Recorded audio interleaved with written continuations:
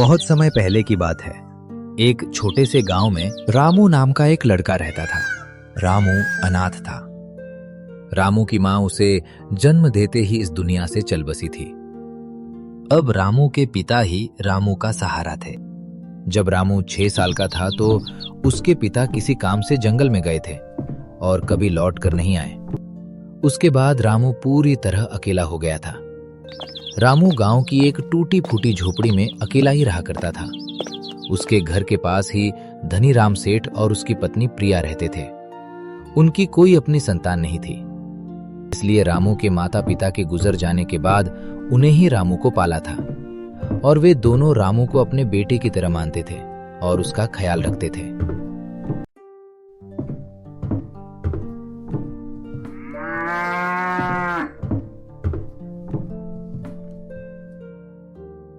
ये लो बेटा, खाना खा लो।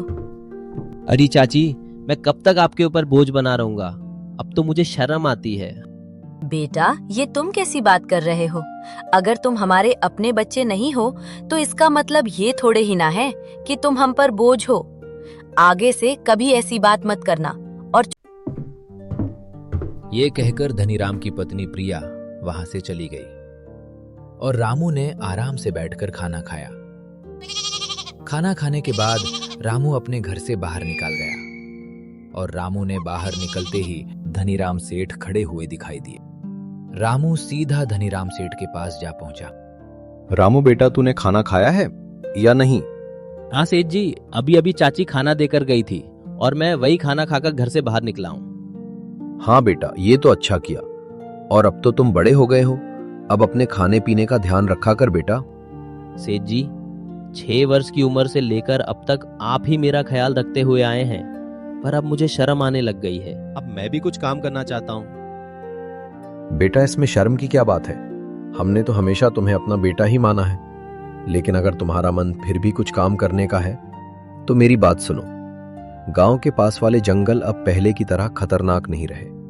तुम वहां जाकर लकड़ियां काट सकते हो और बाजार में अच्छे दामों पर लकड़ियां बिकती हैं और तुम भी अच्छे दामों लकड़ियां बेचकर पैसे कमा सकते हो। जी सेठ जी, मैं कल ही जंगल में लकड़ियां काटने जाऊंगा। अब टाइम आ गया है कि मैं अपने और आपके लिए कुछ कर दिखाऊं।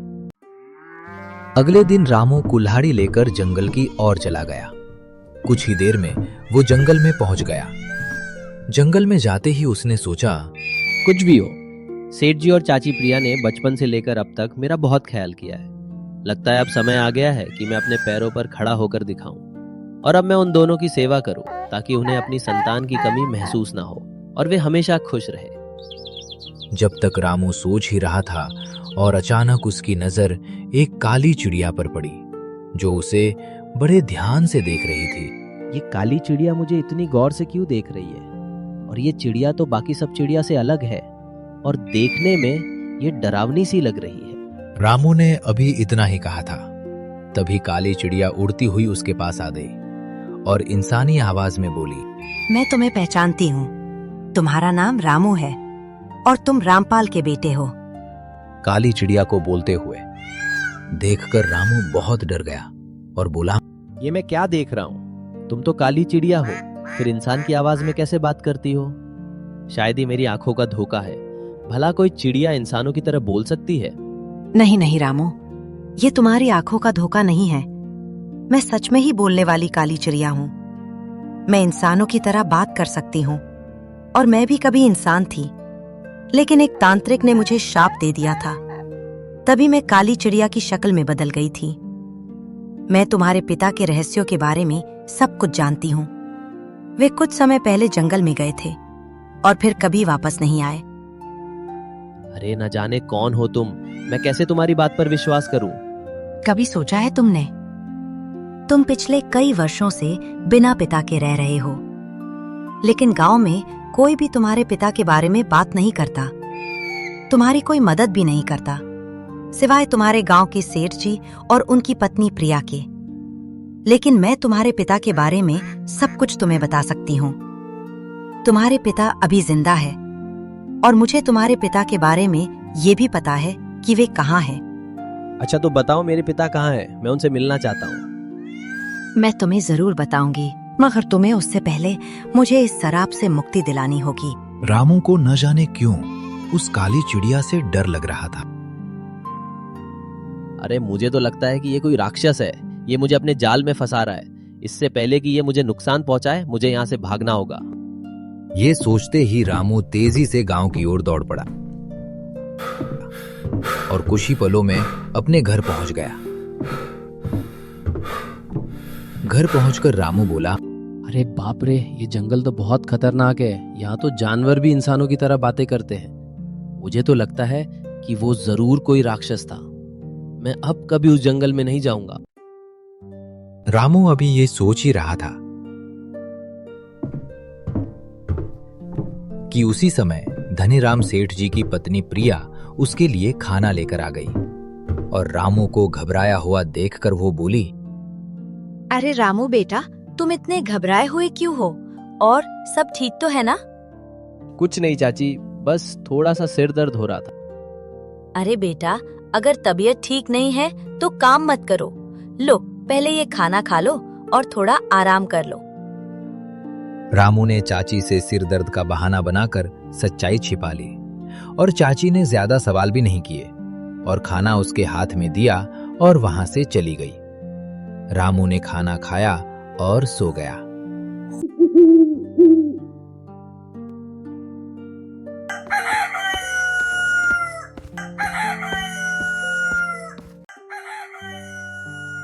अगली सुबह जब रामू नींद से जागा तो उसका डर समाप्त हो चुका था। वो अपने आप से बोला, अरे शायद मैं कल उस काली चिड़िया को बातें करते देखकर कुछ ज्यादा ही डर गया था। लेकिन अगर सोचूं तो उसकी बातों में सच्चाई नजर आती है। वो काली चिड़िया मेरे पिताजी के बारे में जरूर कुछ जानती है। और ये भी सच है कि गांव में कोई मेरे पिताजी के बारे में बात नहीं करता।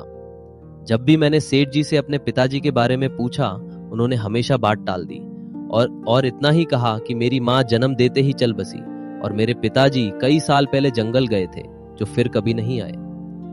मुझे दोबारा फिर उस जंगल में जाना चाहिए और उस काली चिड़िया को ढूंढकर अपने पिताजी के बारे में पूछना चाहिए कि वे कहाँ हैं। ये कहकर रामू जंगल की ओर निकाल पड़ा और कुछ ही देर में वो जंगल में उसी जगह पर जा पहुंचा जहां कल उसे वो काली चिड़िया मिली थी।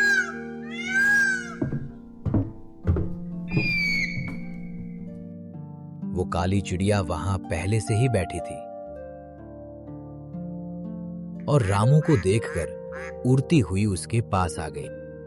मुझे पता था कि तुम जरूर आओगे, क्योंकि तुम भी अपने पिताजी रामपाल की तरह बहुत अच्छे इंसान हो। मैं सिर्फ इसी वजह से आया हूँ क्योंकि मुझे अपने पिताजी से मिलना है। कल तुम कह रही थी कि मैं तुम्हारे पिताजी के बारे में जानती हूँ, तो फिर बताओ मेरे पिताजी कहाँ हैं? मैं उनसे मिलना चाहता हूँ। कल मैंने कहा था कि इसके लिए पहले तुम्हें मुझे इस शराब से मुक्त कराना होगा, लेकिन तुम चिंता मत करो रामू, मैं तुम्हारी मदद करना चाहती हूँ। तुम मुझे अपना दोस्त समझो। मैं जानती हूँ कि तुम बचपन से ही गरीबी से जूझ रहे हो और कभी-कभी इस बात पर तुम्हें शर्म भी आती है। ये सुनकर रामू उदास होकर बोला, हाँ, तुम बिल्कुल सही कह रही हो। मैं सच में गरीब हूँ। बचपन से ही सेठ धनीराम जी और उनकी पत्नी प्रिय चाची ने मुझे पाला है, लेकिन अब हर वक्त उन पर बोझ बनकर रहना मुझे अच्छा नहीं लगता। मैं ये चाहता हूँ कि अब मैं खुद कुछ काम करूँ ताकि वे दोनों चैन से बैठकर खाएं। अगर तुम चाहो तो मैं तुम्हें धन कमाने का कोई अच्छा रास्ता दिखा सकती हूँ। मगर वो कैसे? तुम मेरी मदद कैसे कर सकती हो? मैं इस जंगल के बारे में सारे रहस्यों को जानती हूँ और मैं आपको बताती हूँ। ये जो सामने आपको गुफा दिख रही है ना, तुम इसके अंदर जाना और फिर तुम्हें उसके अंदर एक खजाने का बक्सा मिलेगा और तुम उसको अपने घर ले जाना और उससे अपनी गरीबी को दूर कर लेना। इस गुफा के बारे में किसी को कुछ नहीं मालूम है, क्योंकि ये जंगल पहले बहुत खतरनाक माना जाता था। इसीलिए लोग जंगल में आने से डरते हैं और किसी को कुछ नहीं मालूम। तुम पहले धनवान बनो, फिर मैं तुम्हें बताऊंगी कि मैं इस शराब से कैसे मुक्त हो सकती हूँ। और जब तुम मुझे इस शराब से आजाद करा दोगे तो मैं तुम्हें तुम्हारे पिताजी से जरूर मिलवाऊंगी। मुझे पता है कि वे कहाँ हैं। उस दिन का मुझे बेसब्री से इंतजार रहेगा। लेकिन एक बात याद रखना, मेरे बारे में किसी को कुछ भी मत बताना। अगर किसी को पता चल गया तो तुम्हारे लिए अपने पिताजी से मिलना मुश्किल हो जाएगा। रामू गुफा की ओर चल पड़ा।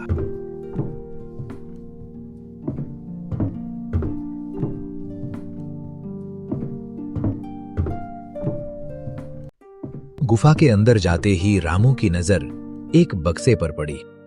लगता है यही वो बक्सा है, मैं अभी इसे खोल कर देखता हूँ। जब रामू ने उस बक्से को खोला तो उसमें हीरे जवाहरात निकले। उन्हें देखकर रामू बहुत खुश हो गया।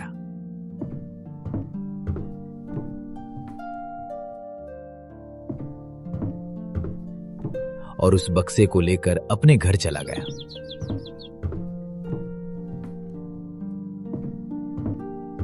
घर पहुंचकर उसने बक्सा एक तरफ रख दिया। इतने में धनीराम सेठ जी और उसकी पत्नी रामू के लिए खाना लेकर आए। जब उन्होंने एक तरफ रखा हुआ बक्सा देखा तो धनीराम सेठ जी ने रामू से पूछा, रामू बेटा, ये बक्सा तेरे पास कहां से आया है और इस बक्से में क्या है? धनीराम सेठ जी के पूछने पर रामू की कुछ समझ में नहीं आ रहा था कि सेठ जी से अब मैं क्या बताऊं। इतने में धनीराम सेठ जी की पत्नी रिया को बक्सा खोला और उसमें कीमती हीरे और जवाहरात देखकर बोली, रामू बेटा, तेरे पास ये इतने हीरे और जवाहरात कहाँ से आए हैं? रामू उन्हें सब कुछ सच तो बता देता, लेकिन वो काली चिड़िया की बातें याद कर रहा था जिसने उसे सख्ती से मना किया था। इसलिए उसने कुछ और ही बता दिया। अजी चाची, मैं जंगल में लकड़ियां काटने गया था। लकड़ियां काटते काटते मैं काफी दूर निकल गया और वहां मुझे एक गुफा दिखाई दी। जब मैं उस गुफा के अंदर गया तो वहां मुझे ये बक्सा दिखाई दिया। मैंने उसे उठा लिया और घर ले आया। रामू बेटा, ये तुमने ठीक नहीं किया। हो सकता है ये सारे हीरे जवाहरात बादशाह अकबर के हों। शायद उसने इन्हें वहां सुरक्षित रखा हो। अगर ये बात कहीं बादशाह अकबर तक पहुंच गई तो वो हमें सख्त सजा देगा। धनीराम सेठ जी के मन में डर बैठ गया था। अगर ये बात किसी तरह बादशाह अकबर तक पहुंच गई तो वो हमें सख्त सजा देगा। इससे पहले कि ये बात बादशाह अकबर तक पहुंचे कि किसी ने उसके हीरे जवाहरात चुरा लिए हैं, हमें तुरंत ये हीरे जवाहरात बादशाह के पास पहुंचा देना होगा। धनीराम सेठ जी की बातें सुनकर रामू ने सोचा, अब सेठ जी को कैसे बताऊं कि ये हीरे और जवाहरात बादशाह अकबर के नहीं है। ये तो मुझे जंगल में एक काली चिड़िया को मुझे दिए हैं। लेकिन अगर मैंने सेठ जी को काली चिड़िया के बारे में बता दिया तो मेरे लिए अपने पिताजी से मिलना मुश्किल हो जाएगा और मेरे लिए इन हीरे और जवाहरात से ज्यादा अपने पिताजी से मिलना जरूरी है। रामू के लिए इन हीरे और जवाहरात से ज्यादा अपने पिताजी से मिलना जरूरी था। इसलिए वो सेठ जी के कहने पर बादशाह अकबर को हीरे और जवाहरात देने के लिए राजी हो गया। ठीक है सेठ जी, जैसा आप कहे। हम अभी ये बक्सा बादशाह अकबर को दे आते हैं। ये कहकर रामू ने वो बक्सा अपने सर पर उठा लिया। फिर वे दोनों बादशाह अकबर की ओर चल पड़े।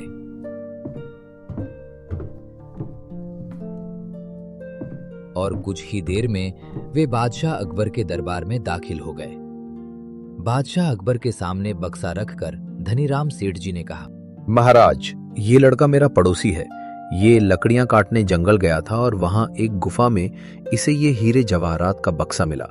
हमें शक हुआ कि शायद ही आपका ही है, इसलिए हम इसे फौरन आपके दरबार में ले आए। ये सब सुनकर बादशाह अकबर के दिल में लालच जाग उठा, क्योंकि वो जानता था कि ये बक्सा मेरा नहीं है। लेकिन इतने कीमती हीरे जवाहरात देखकर उसके मन में लालच आया। ये हीरे जवाहरात असल में मेरे तो नहीं है, मगर जब ये मेरे पास आ ही गए हैं तो मैं इन्हें क्यों जाने दूं? बेहतर यही होता है कि मैं इन लोगों को इसके बदले कुछ इनाम दे देता हूं ताकि वे खुश हो जाएं और ये खजाना भी मेरे पास ही रह जाए। ये सोचकर बादशाह अकबर ने उनसे कहा, हाँ, ये बक्सा तो मेरा ही है। मैंने ही इसे वहां रखा था, लेकिन तुम दोनों ने ईमानदारी से यह बक्सा मेरे दरबार में लाकर बहुत अच्छा किया है। मैं तुम्हारी इस सच्चाई से बहुत खुश हूं, इसलिए मैं तुम्हें इसके बदले इनाम देना चाहता हूं। ये कहकर बादशाह अकबर ने अपने सिपाहियों से कहा, सिपाहियों, मेरे खजाने से इन्हें इनाम के तौर पर कुछ धन दे दिया जाए ताकि ये खुश भी हो जाए और दूसरों के लिए एक मिसाल भी बने।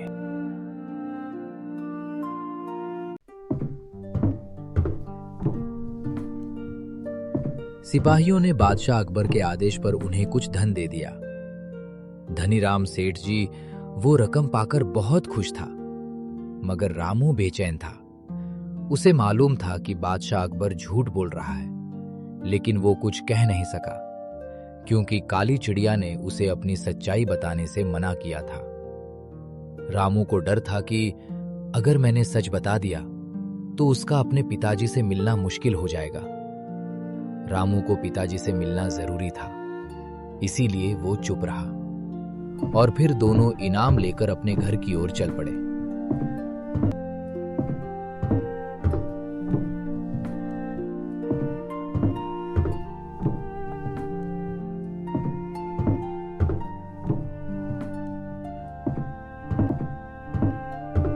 रामू सेठ जी के साथ घर चला गया और घर पहुंचकर उसने अपनी रकम भी सेठ जी को दी और कहा, सेठ जी ये रकम भी आप ही रख लीजिए, आपने ही हमेशा से मेरी देखभाल की है। धनीराम सेठ जी को वो रकम देकर रामू वहां से चला गया।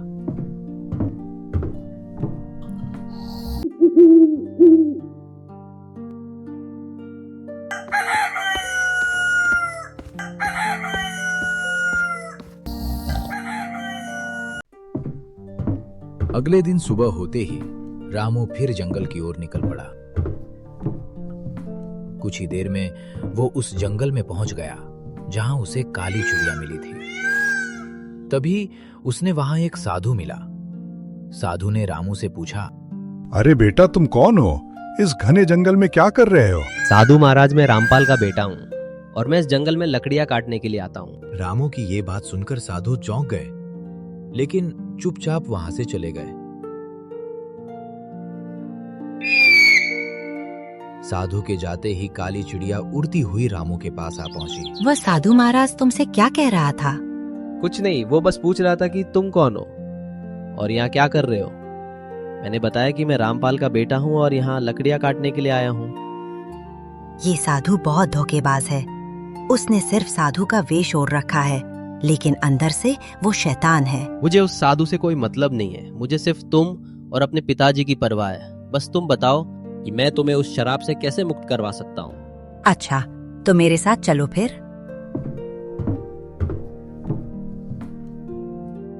वो रामू को एक गुफा के अंदर ले आई, जहां एक कांच की बोतल पड़ी थी। कल तुम्हें आधी रात को इसी जगह आकर इस बोतल को तोड़ना होगा। बोतल टूटते ही मैं शराब से मुक्त हो जाऊंगी और फिर तुम्हें ये राज बताऊंगी कि तुम्हारे पिता कहाँ हैं। क्या मैं इस बोतल को अभी तोड़ सकता हूँ? नहीं नहीं, तुम इसे कल ही तोड़ सकते हो। इतना कहकर वो काली चिड़िया वहां से उड़ गई और रामू भी अपने घर की तरफ चल पड़ा और दूसरी तरफ वो साधु छुपकर उन दोनों की बातें सुन रहा था। वो भी रामू के पीछे चल पड़ा।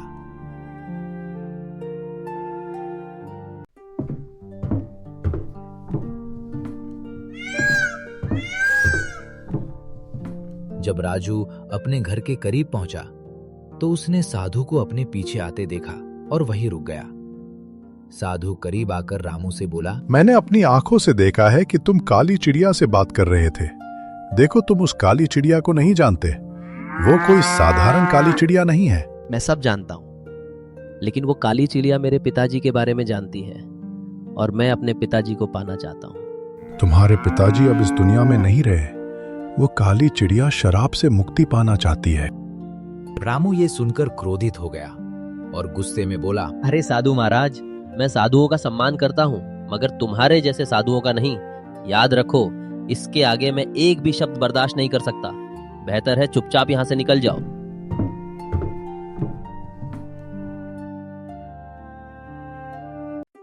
और दूसरी तरफ धनीराम सेठ जी और उसकी पत्नी जब अपने घर से निकले तो उनकी नजर साधु महाराज पर पड़ी। वे दोनों साधु महाराज के पास आए और धनीराम सेठ जी ने साधु से कहा, अरे साधु महाराज, आप यहाँ क्या कर रहे हैं? मैंने रामू को सच्चाई बताने की कोशिश की है, लेकिन वो सुनने को तैयार ही नहीं हुआ और वो उस काली चिड़िया को शराब से मुक्त करवाना चाहता है। अगर वो काली चिड़िया अपने शराब से मुक्त हो गई तो गांव में तबाही मचा देगी। गांव का एक भी व्यक्ति जीवित नहीं बचेगा। हाँ, बिल्कुल सही। लेकिन रामू सुनने के लिए तैयार ही नहीं है। साधु महाराज, आप चिंता मत करो, मैं अभी रामू को समझाता हूँ। ये कहकर धनीराम सेठ जी उसी वक्त रामू के घर गया और घर जाकर रामू से कहा, रामू, ये मैं क्या सुन रहा हूँ? तुम जंगल में जाते हो लकड़ियां लेने के लिए और वहां तुम्हें एक काली सी चिड़िया जो इंसानों की तरह बात करती है, उससे बात करते हो और उससे शराब से मुक्त करवाना चाहते हो। सेठ जी, क्या तुम्हें ये अजीब नहीं लगा कि एक काली चिड़िया इंसान की तरह कैसे बोल सकती है? ओह, तो आपको पता चल गया। मुझे पूरा विश्वास है आपको ये बात साधु महाराज ने ही बताई है। देखिए सेठ जी, शुरू में मुझे ये सब अजीब लगा था, लेकिन अब नहीं। देखिए सेठ जी, 9 साल पहले मेरे पिताजी लापता हो गए थे और वो काली चिड़िया जानती है कि मेरे पिताजी कहाँ हैं। मैं बस अपने पिताजी को पाना चाहता हूँ। बेटा, तुम अपने पिताजी के बारे में कुछ भी नहीं जानते हो। बिल्कुल नहीं जानता, क्योंकि आपने कभी मुझे बताया ही नहीं और ना ही गांव वालों ने। तो फिर मैं कैसे जान पाता? अब मैं किसी की बात पे विश्वास कैसे करूं, बताइए। मुझे सिर्फ काली चिड़िया की बात पर विश्वास है और कल रात मैं उसको शराब से मुक्त करा दूंगा और वो काली चिड़िया शराब से आजाद होकर मुझे मेरे पिताजी से मिलवाएगी। इतना कहकर रामू गुस्से में घर से बाहर निकल गया। सेठ जी ने रामू को आवाज दी, मगर उसने एक भी ना सुनी और घर से निकल गया। सेठ जी घर से बाहर आया और साधु महाराज भी घर के बाहर ही खड़े थे। सेठ जी ने साधु से कहा, साधु महाराज, रामू पता नहीं कहाँ चला गया। अब हमें कल तक का इंतजार करना होगा और जंगल में जाकर रामू को बोतल तोड़ने से रोकना होगा। अगली रात साधु महाराज धनीराम सेठ जी को लेकर जंगल में उस गुफा के पास गया और कहा, यही वो गुफा है जहां वो बोतल रखी है जिसमें उस डाइन काली चिड़िया की शक्तियां हैं। रामू यहां आता ही होगा, हम एक तरफ छुप जाते हैं। ये कहकर वे दोनों गुफा के एक तरफ छुप गए और उसी वक्त रामू वहां आ जाता है। रामू को देखकर वो काली चिड़िया उड़ती हुई रामू के पास आई और बोली, यहाँ साधु और धनीराम सेठ जी आए हैं। वे गुफा के एक तरफ चुपचाप खड़े हैं। वे तुम्हें उस बोतल को तोड़ने से रोकेंगे, पर तुम उनकी बात मत मानना। अगर तुम उनकी बात मान लोगे तो तुम कभी अपने पिताजी से नहीं मिल पाओगे। नहीं, मैं उनकी बात नहीं मानूंगा। ठीक है, तो तुरंत जाओ, वो बोतल उठाकर ले आओ और उसे तोड़ डालो। रामू जल्दी से गुफा के अंदर गया और वो बोतल उठा लाया। जैसे ही वो उस बोतल को तोड़ने लगा तो साधु महाराज और सेठ वहां आ गए।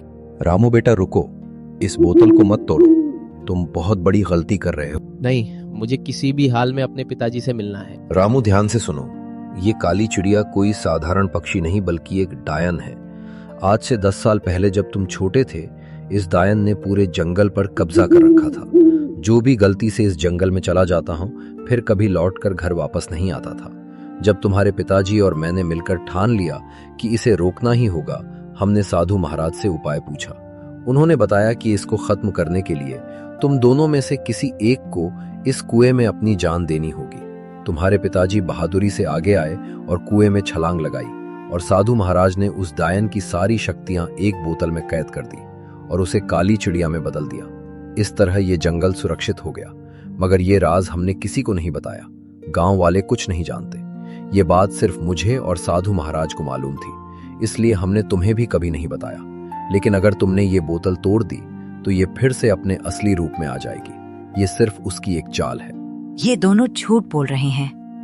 रामू, सच्चाई वही है जो मैं तुमसे कह रही हूँ। अगर मेरे मन में कोई चाल होती तो मैं तुम्हारी मदद क्यों करती? क्या गांव वालों ने कभी तुम्हारी मदद की है? तुम यकीन करो, मैं तुम्हें तुम्हारे पिताजी से भी मिलवा दूंगी। रामू, मैं विश्वास किया और वो बोतल तोड़ दी। फिर अचानक वो काली चिड़िया एक डायन के रूप में आ गई। रामू, तुमने मेरा बड़ा काम आसान कर दिया। अब मैं आजाद हो गई हूँ। आज मैं तुम में से किसी को भी जिंदा नहीं छोड़ूंगी। रामू, ये तुमने बहुत बड़ी गलती कर दी है। अब ये डायन हमें किसी भी हाल में जिंदा नहीं छोड़ेगी। सेठ जी, मुझे माफ कर दीजिए, मैंने आपकी बातों पे भरोसा नहीं किया। साधु महाराज, मुझे माफ कर दीजिए। क्या अब इसका कोई हल नहीं बचा? इसका बस एक यही उपाय है, हमें उस कुएं के पास जाना चाहिए। ये कहकर तीनों कुएं के पास चले गए। वो डायन भी उनके पीछे पीछे आ गई। वहां पहुंचकर साधु महाराज ने कहा, अगर तुम इस डायन से छुटकारा चाहते हो तो तुम में से किसी एक को अपनी कुर्बानी देनी होगी। साधु महाराज की ये बात सुनकर रामू कहने लगा, ये मुसीबत मैंने ही खुद मोल खरीद ली है और मैं ही इससे मुक्ति दिलाऊंगा। रामू कुएं में कूद गया और अपनी जान कुर्बान कर दी। साधु ने फिर से डायन को एक काली चिड़िया के रूप में बदल दिया, मगर इस बार बोलने वाली शक्ति भी छीन ली। धनीराम सेठ जी को रामू के जाने का बहुत दुख हुआ, मगर कुछ भी नहीं कर सकता था, इसलिए वो अकेला अपने घर आ गया और गांव वाले फिर से हंसी खुशी जीवन बिताने लगे। दोस्तों, अगर आपको हमारी गांव की सच्ची कहानियां दिल से पसंद आती हैं, तो एक छोटा सा लाइक जरूर कर दीजिए और ऐसी ही प्यारी कहानियों के लिए हमारे चैनल को सब्सक्राइब करना मत भूलिए। धन्यवाद।